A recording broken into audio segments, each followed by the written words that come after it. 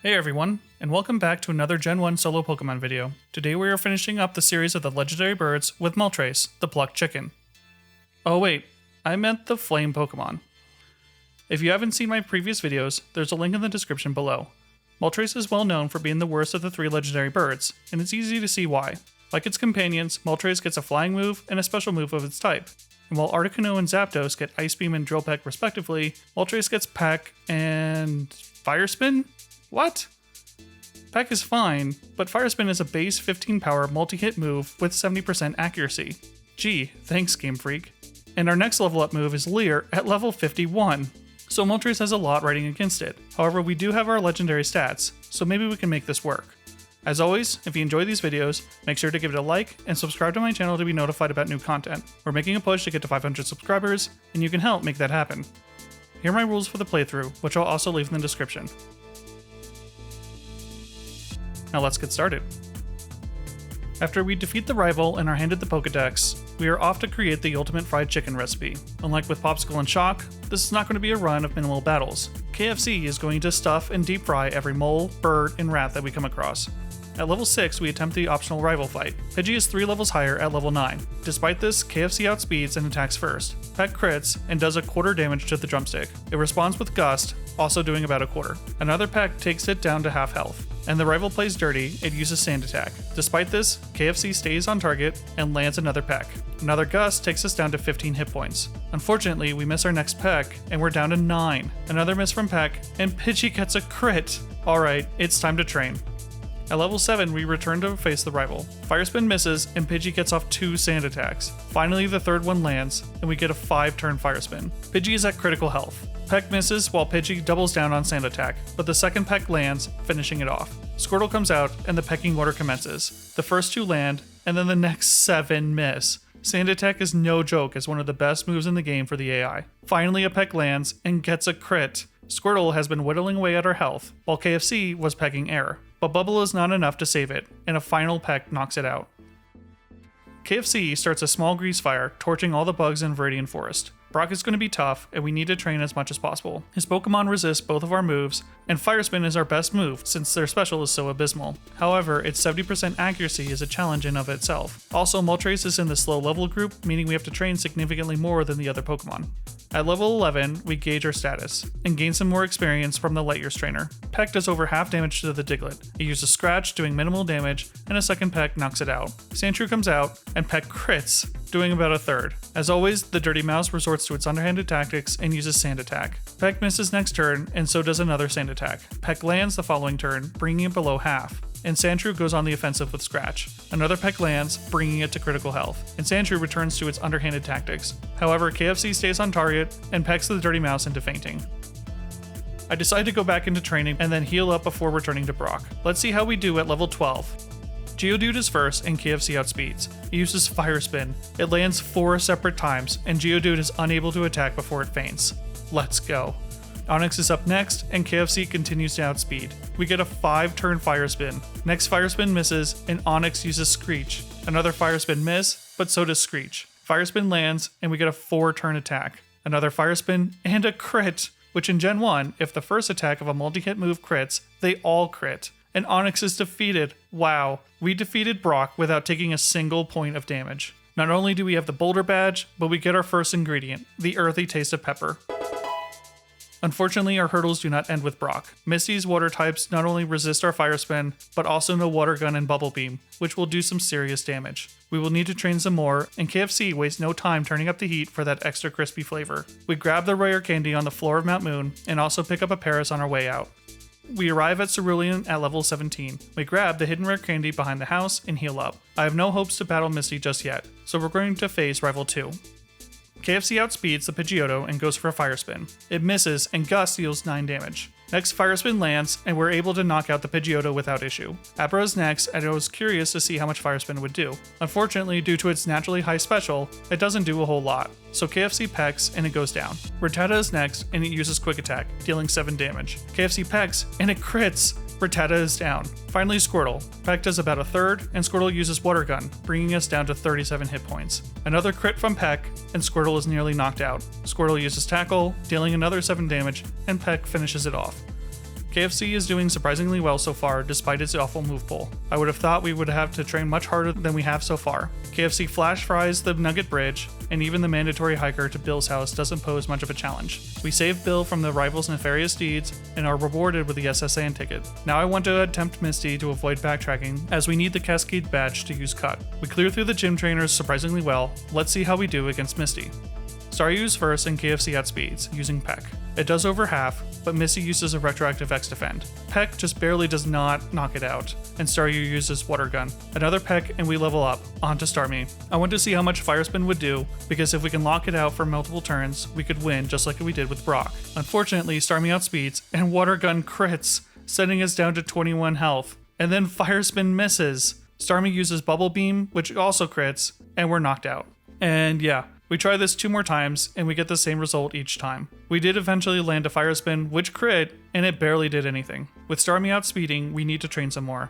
We return back up to the route to Bill's house to battle the optional trainers we skipped. While lighting a grass fire, I was browsing through Moltres' move pool and realized there was a TM that we had that we could use against Misty. A move so generally bad, it's universally overlooked. A move so dumb that it could work.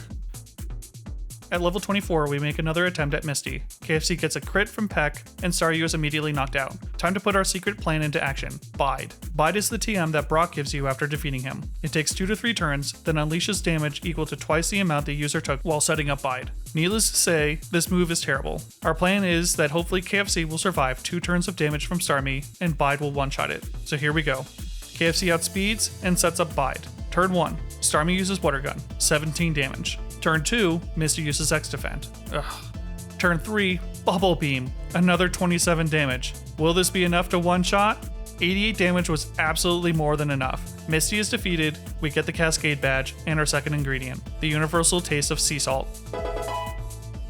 And this is what I really love about doing these solo challenges. They force you to think outside the box and use moves that you would never think to try otherwise. After we retrieve the TM for Dig from the robber, we head down to Vermilion City. We pick up some super potions and repels from the store and board the SSN. Unfortunately, similar to the other legendary birds, KFC cannot learn Body Slam, but we do pick up the TM for Rest, and we also pick up a rare candy, and now it's time to battle Rival 3. Another pecking order begins. Pidgeotto is up first, and Peck 2-shots it. We get a crit against Raticate, and it goes down. Kadabra also succumbs to Peck. Finally, Wartortle. I consider using Bide again, but decide against it and continue using Peck. It uses Bubble, which isn't doing much damage, and 3 Pecks knocks it out. Time for some turtle soup. After saving the captain from obvious food poisoning, we receive the HM for Cut. Paris learns both Cut and Dig, and now it's time for Lieutenant Surge. Voltorb is first and KFC outspeeds, and we land a Fire Spin. Voltorb does get a tackle in, but Fire Spin eventually knocks it out. Pikachu is next, and a single Fire Spin knocks it out. Finally, Raichu. KFC sets up Bide. Lieutenant Surge uses X-Speed, and then uses Thunderbolt. And wow, that's a lot of damage. Did we get a 2-turn Bide? No. Raichu uses Thunderbolt again, and we're knocked out. Shoot. I think this is doable, we just need some more health. So I used an extra potion we had lying around. Unfortunately, in our next attempt, Pikachu manages to get off a Thunder Wave, and now KFC is paralyzed. We set up the Bide, but we're fully paralyzed as it goes off. Our third attempt, and we make it to Raichu without taking any damage or paralysis. We set up Bide, Thunderbolt hits, no, it's a crit! X-Speed from Lieutenant Surge, and Thundershock. Okay, that should be enough. No! That X-Speed meant that we were tied for priority. Raichu goes first, and Thunderbolt knocks us out. Next attempt, Raichu crits us with Thunderbolt. Great. I even attempted to see how much Peck would do. Not much. Finally, we get this attempt. Fire Spin lasts 4 turns against Voltorb, and 3 turns against Pikachu. We make it again to Raichu unscathed. We set up Bide, Thundershock crits. Okay, another Thundershock? We're down to 40 HP. Ugh. Another X-Speed. Please, just go first, KFC. No, but it's another Thundershock. Do we survive? Yes, we do. Let's go. This is so much more satisfying. Raichu is knocked out, and the Thunder Badge is ours. And the next ingredient? The bright flavor of mustard. After doing catastrophic damage to the Pokemon Fan Clubhouse, future site of our new restaurant, we heal up at the Cerulean Poké Center and redeem the bike voucher. Time to head towards Lavender Town, but we have to go through Rock Tunnel. There are several hikers inside who like to self-destruct their Geodudes and Gravelers. My options are to rely on a 70% accurate Fire Spin, or we use Bide and attempt to time it and release the energy against their next Pokemon. We face our first hiker with a single Geodude. Fire Spin takes it down to critical health, and the next Fire Spin misses. Luckily, Rock Throw misses because it would be 4 times effective against us, and Peck finishes it off. Our second mandatory hiker has a Geodude and a Graveler. Fire Spin misses, and immediately self-destructs. Graveler comes out, and Fire Spin connects. It lasts the maximum 5 turns, and another Fire Spin connects, finishing it off. On our way back to the Pokemon Center to refresh our power points, we accidentally run into another hiker. Fire Spin takes down the first Geodude, and Peck one-shots the Machop. Another Fire Spin crits, and knocks out the second Geodude. One last Geodude, and Fire Spin misses. Luckily, Rock Throw misses. We set up Bide, and Rock Throw hits. Oh no, it deals 35 damage. Another Rock Throw, and KFC survives on 1 HP. Another turn, and Geodude uses Defense Girl, let's go.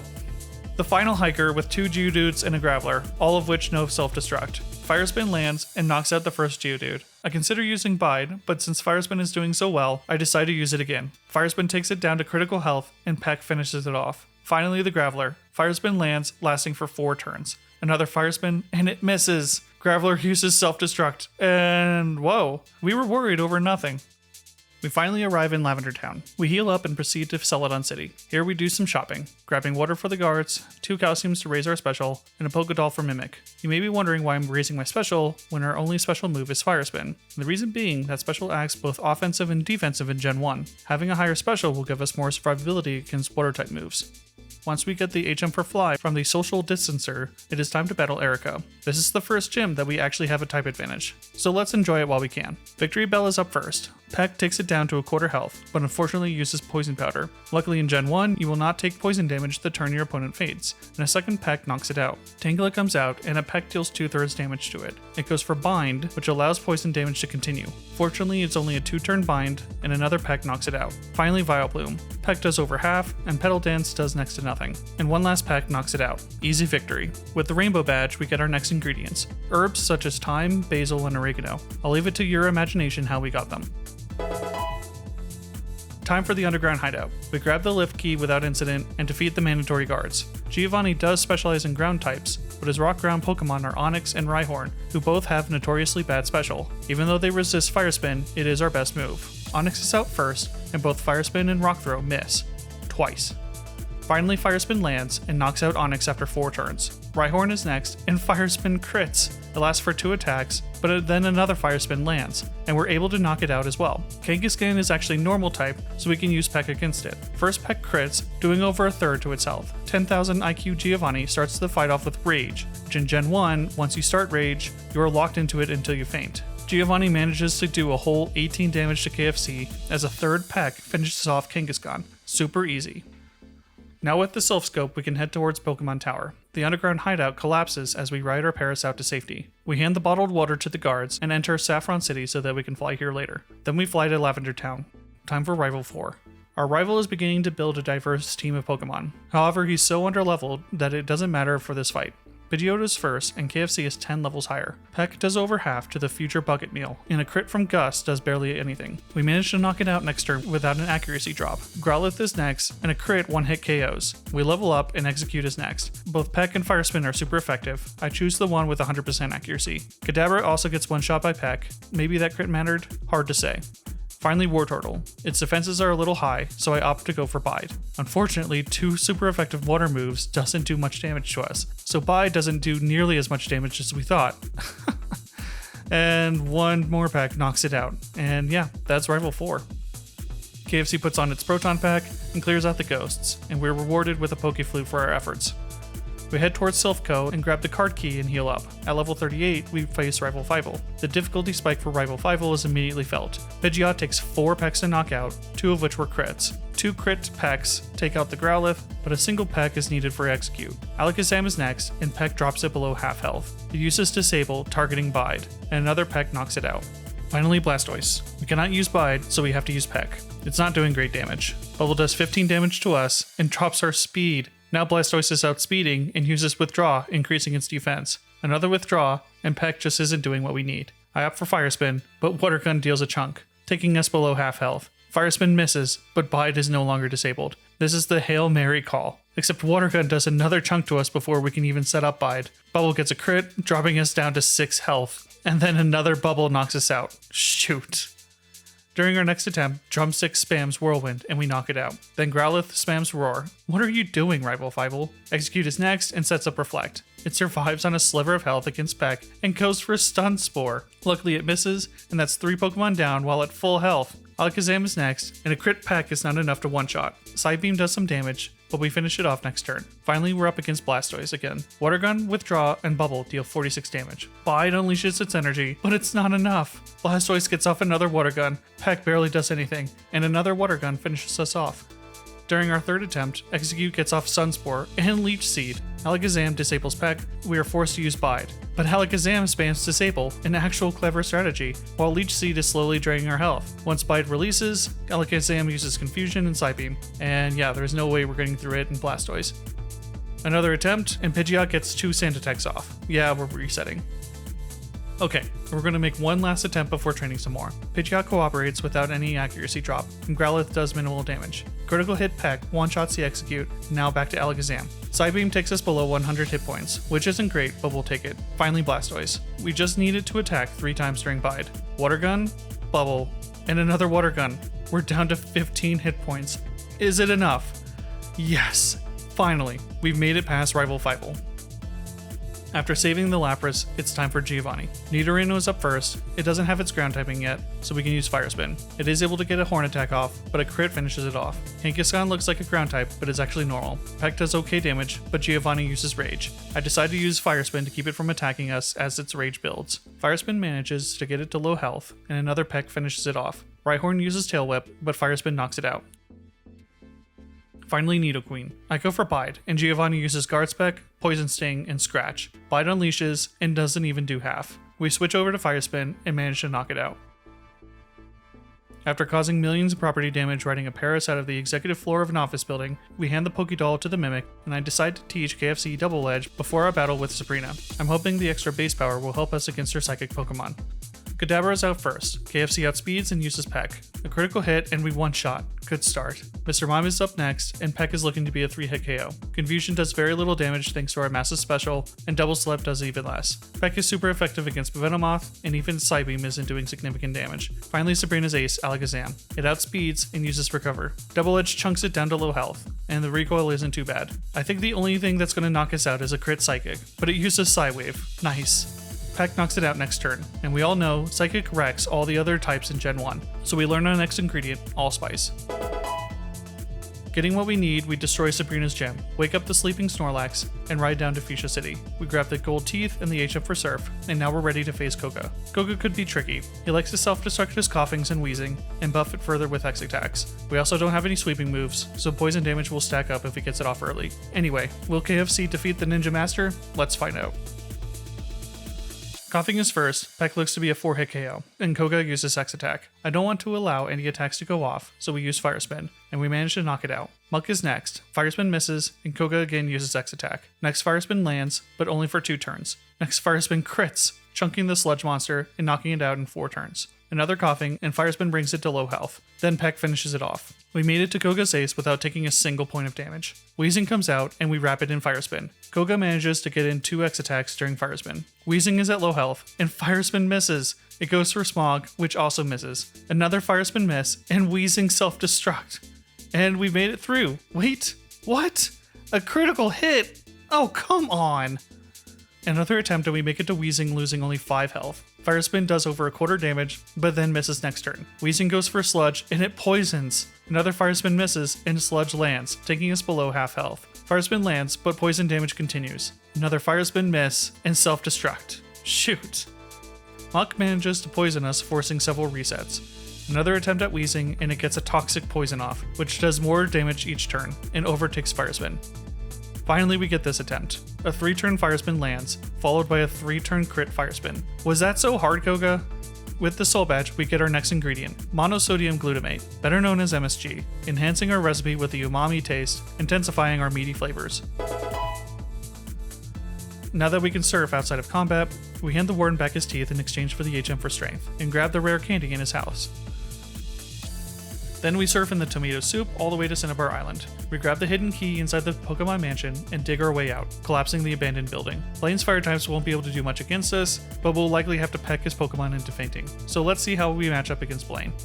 Growlithe is first, Peck does about half, but Blaine responds with a retroactive super potion. Another Peck brings it down to half, and Takedown misses. A third Peck quite isn't enough, and Growlithe uses Leer, which does increase her attack thanks to the Badge Boost glitch. Ponyta comes out, and oh no, it uses Growl. Peck is doing about a quarter damage now, and Blaine uses another super potion. Luckily another Growl misses, and a critical hit from Peck knocks it out. Rapidash is next, and we get another crit from Peck. Nice. Stomp deals some damage to us, and we continue the pecking order. Another Stomp takes us below 100 HP, but Peck finishes it off. Finally, Blaine's ace, Arcanine. Peck does minimal damage, and what? Another retroactive super potion? Arcane is pretty bulky, so I decide to roll the dice with Bide. Another super potion from Blaine. Are you feeling okay? And finally, Arcanine uses Takedown, and gets a crit. KFC is down to 13 hit points. Please, be a 2-turn Bide.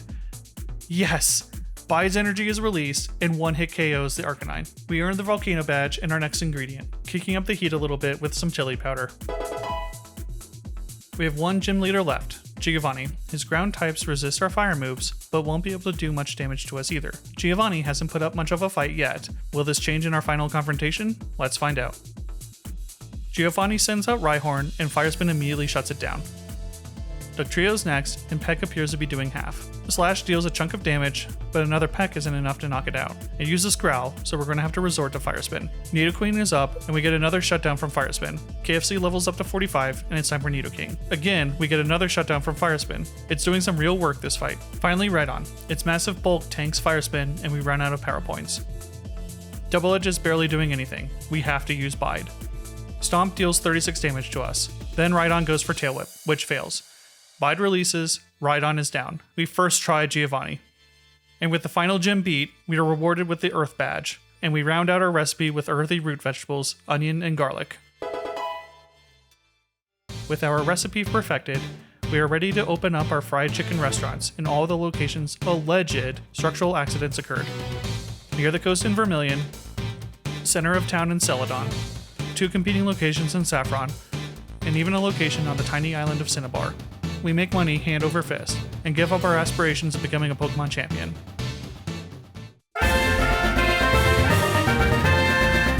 Nah, I'm just kidding. It's time for the endgame, but first we must face Rival 6. Pidgeot is first, and I've replaced Double Edge with Mimic to snag agility from either Pidgeot or Growlithe. Since I don't know when I'm going to level up, I opt for Growlithe. Unfortunately, Pidgeot drops us to nearly half HP before it's knocked out. Rhyhorn comes next, and we whittle it down with Fire Spin. Unfortunately, I decide to finish it off with Peck, and it survives and gets off a 5-hit Fury attack, bringing us down to 61 HP. It survives another Peck and uses Tail Whip, lowering our defense. We level up to 46, and now we're up against Growlithe. We mimic agility, and Growlithe uses Leer, lowering our defense even further. I set up a single agility, but Growlithe uses Takedown, dropping us down to 26 hit points. I get greedy and try to set up a second agility, but another Takedown knocks us out. We immediately try again. I'm able to knock out both the Pidgeot and Rhyhorn with 99 health remaining. Growlithe comes out, and it's at this point I realize I forgot to replace Double Edge with Mimic. I use Peck, which does less than half. Growlithe uses Leer, and thanks to the Badge Boost glitch, another Peck knocks it out. Execute is next, and Peck does 2/3 to its health. It takes in Sunlight for Solar Beam, so we're able to knock it out as well. Now we're up against Alakazam. We outspeed, and Peck does less than half. Alakazam uses Recover, and another Peck returns it to the damage from before. Then Alakazam uses Psychic. We are dropped to 55 hit points. Peck brings it into range, but unfortunately another Psychic crits, and we're knocked out. Another attempt, and I decide to skip Mimicking Agility. We manage to get to Alakazam with 140 hit points, but unfortunately Execute got a Leech Seed off. I attempt Double Edge, but Alakazam outspeeds because we don't have our badge boost from the previous attempt. It uses Reflect, and Double Edge is doing about a third. Leech Seed kicks in, and we're not going to be able to do this. I try using a Rare Candy next attempt, and we make it past Execute with 144 hit points and poisoned. Alakazam continues to outspeed and sets up Reflect again. Double Edge does about a third. Alakazam tries to set up another Reflect, and Double Edge crits! Let's go! We've made it to Blastoise, and we have no good answers for it. I opt for Fire Spin to keep it from attacking. Unfortunately, the poison damage is really starting to rack up, and even a crit Fire Spin isn't keeping up. Peck does a decent amount of damage, but not the amount that we need. We're down to 24 hit points. Hydro Pump misses. This is a sign. We have one chance. Double Edge crits. Blastoise is knocked out, and we survive on 8 hit points. It defies all logic, but we'll take it.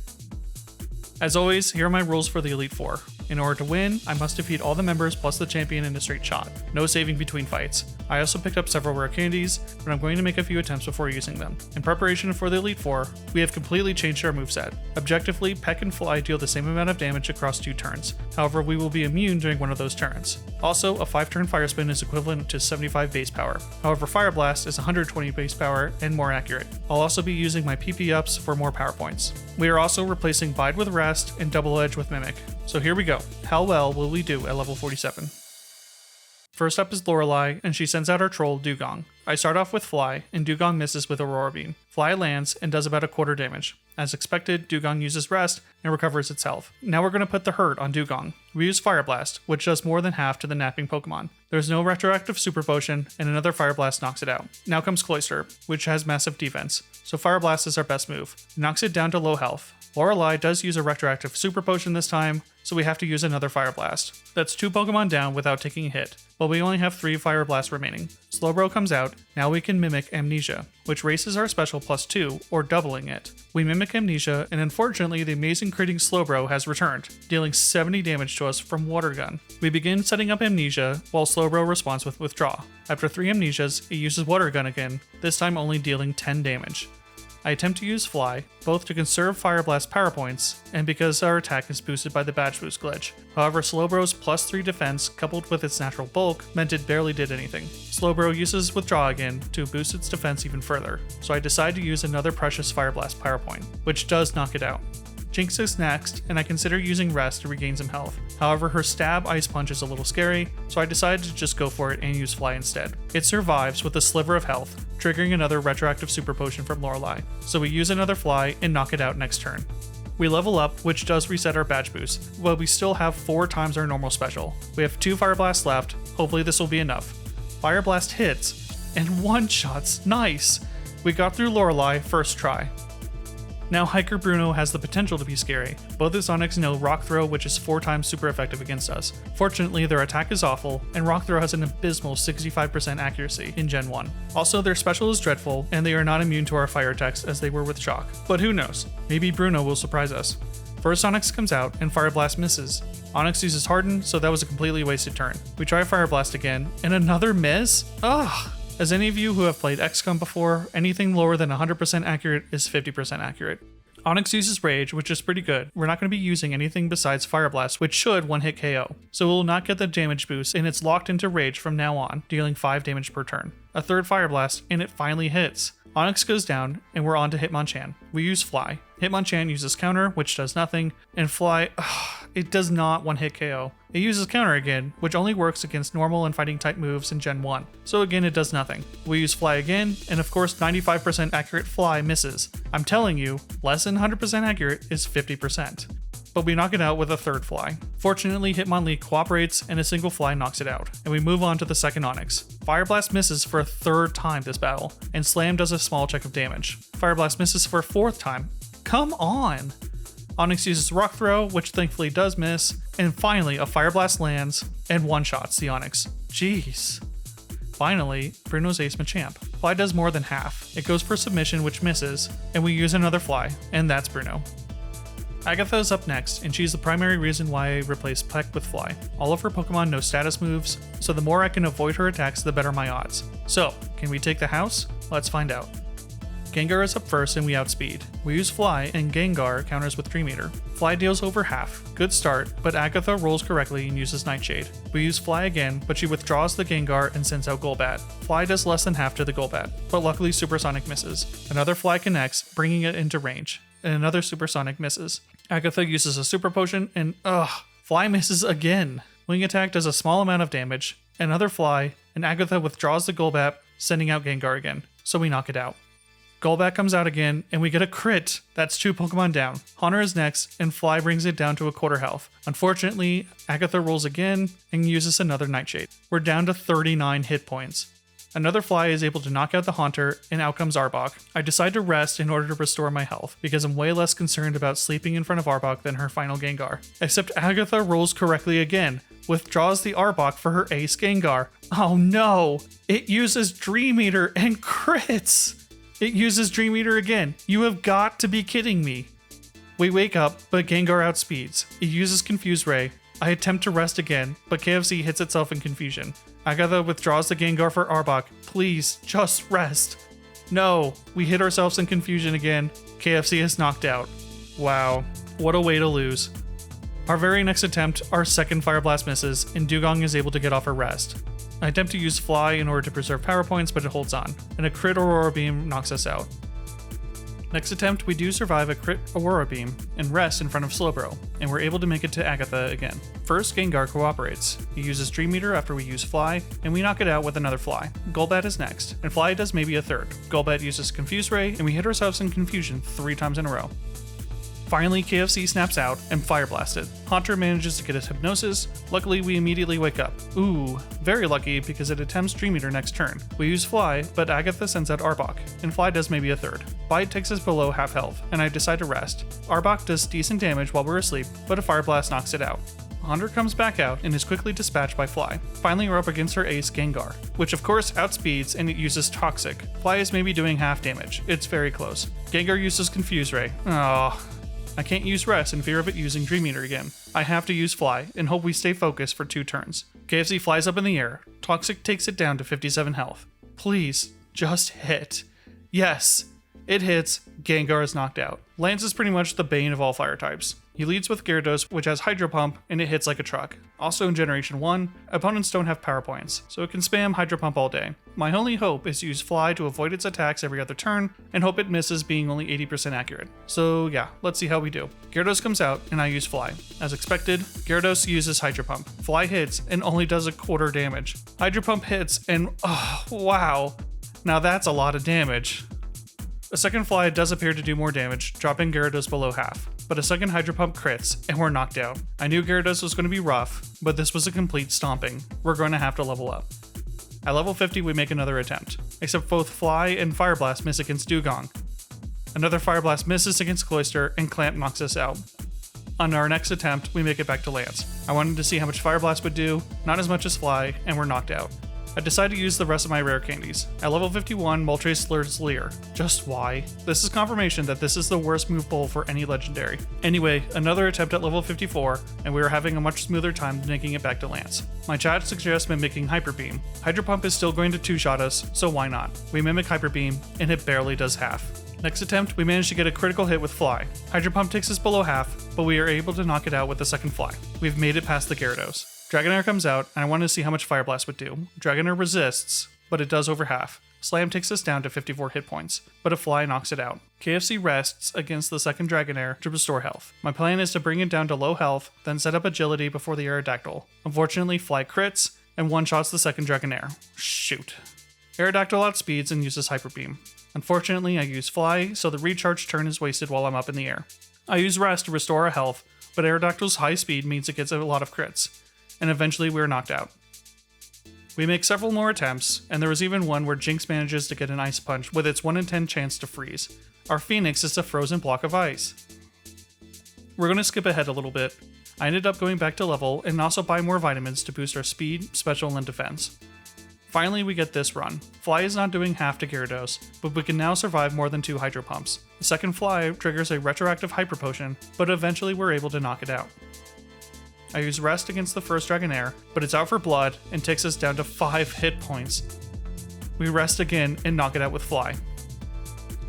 Second Dragonair, and I knock it down into low health with Fly, then begin setting up Agility. This will allow me to outspeed the Aerodactyl and boost my stats. After we set up, I use Rest to restore our health. Fortunately, Dragonair no longer seems interested in attacking, and we knock it out. Finally, Aerodactyl. Can we one-shot with Fire Blast? No, but we do get a burn. Hyper Beam misses, and it's knocked out. We have finally made it to Dragonite. Fly crits against Dragonite, and it sets a barrier. I use Fire Blast, and we finally made it past Lance. This took over an hour of real time. So now, after all this time we spent on Lance, can we first try the champion? Let's find out. Pidgeot is first, and I set up Agility. After the second Agility, Pidgeot sets up for Sky Attack, so I use Fly to avoid the damage. Fly does more than half, and I set up the final Agility. Pidgeot gets a critical hit with Wing Attack, but only does a quarter, and we use another Fly to knock it out. Alakazam is next, and we easily outspeed. It sets up Reflect as we use Fly, so it survives. Fortunately, it tries to set up another Reflect, and we're able to knock it out without taking any more damage. Rhydon comes out, and it's easily one-shot with Fire Blast. Unfortunately, at this point we level up, so our badge boosts are gone, but we do have our +6 speed. Fly is our best move against Arcanine, and fortunately uses Leer, giving us another boost. Second Fly triggers a retroactive full restore from the champion. Arcanine has been cooperative to this point, so I decided to use Rest to heal up. And this ends up being a huge mistake. Rest heals us from 158 hit points back up to full. Arcanine immediately gets a crit from Takedown, dropping us below where we started at 124. And then the recoil knocks it out, so we're asleep against Executor. It gets 2 critical hit barrages on us before we can act. We're forced to use Rest again. Finally, we wake up a second time and Fire Blast misses. Come on! Executor uses Hypnosis, putting us back to sleep. Another barrage, a stomp, and another stomp, which crits. KFC barely holds on with 3 hit points. Again, we go for Rest. Executor gets another crit from Stomp, and we wake up with 92 hit points remaining. We're obviously not getting anywhere with Executor, and so we decide to gamble everything on the champion's ace. A single Fire Blast knocks it out, and we're on to the final Pokemon, Blastoise. Unfortunately, we don't have any move that will one-hit KO. Fire Blast is our best move against it, even while only doing half damage. We have a 50-50 shot that will use Hydro Pump. Fire Blast crits, and it nearly one-hit KOs the Water Turtle. Come on! Yes! It uses Withdraw! Fire Blast lands again, we win. Finally! KFC is the champion at level 62. And wow, this was quite the run. Never before had I considered using Bide in a run, but it's stuff like this that makes these runs interesting. And while Moltres may have legendary stats, its move pool weighs it down so much that it cannot compete with Articuno or Zapdos. In fact, Moltres is more in line with the Kanto starters. But let me know what you think below in the comments. Was there something I could have done better? Also, let me know what Pokemon you would like to see me do next, and if you enjoy these videos, make sure to hit that like button and subscribe to my channel to be notified about new content. My name is Oso, and thanks for watching.